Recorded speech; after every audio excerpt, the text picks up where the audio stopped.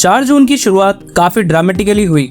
कुछ पॉलिटिकल पंडित का मानना था कि बीजेपी की जीत के साथ मार्केट काफी तेजी से उछाल मारेगा, पर चुनावी नतीजा आते ही मार्केट क्रैश कर गया। सुबह दोनों पार्टियों के ऑफिस के बाहर काफी जोर शोर से सेलिब्रेशन चला।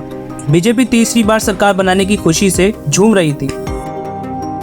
प्रधानमंत्री मोदी जनता को तीसरी बार सरकार बनाने की भाषण भी दे बैठे।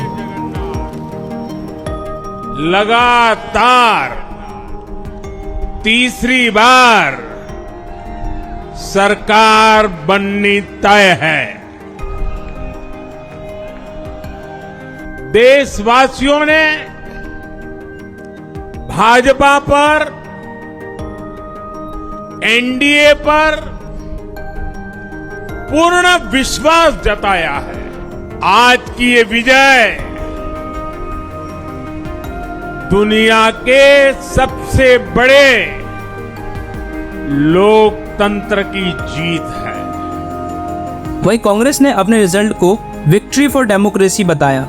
The country has unanimously and clearly stated, we do not want Mr. Narendra Modi and Mr. Amit Shah to be involved in the running of this country. Bengal से टीएमसी से फिर सरकार पाकर ममता बनर्जी ने बीजेपी की मेजॉरिटी विन वाली बात को झुठला दिया। Modi ji single largest majority पाएनी, पाए धोते होच्छे टीडीपी और पाए धोते होच्छे Nitish. Don't ask me NDA it is gone, it is a lost case. आपका मैजिक गया, you have lost yourself, your credibility. अब यहाँ से दो पहलू सामने आ रहे हैं। पहला, बीजेपी गवर्नमेंट एनडीए अलायंस से अपनी सरकार बहुत आसानी से बनाने वाली है, जिसमें बीजेपी के पास 240, टीडीपी के पास 16 और जेडीयू के पास 12 सीटें और सरकार बनाने के लिए 272 सीटें चाहिए।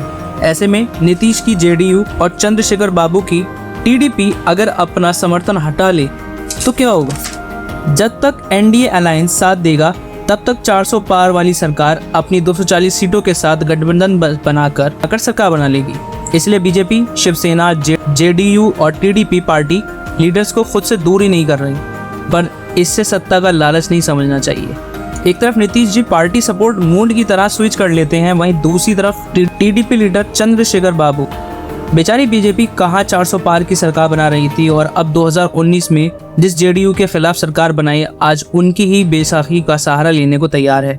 ये सब मोदी जी की अपनी बनाई बुलेट ट्रेन से भी तेज करना होगा, क्योंकि अपोजिशन पहले ही जेडीयू और टीडीपी को एनडीए से अलग करने के लिए उनसे बात कर चुकी है।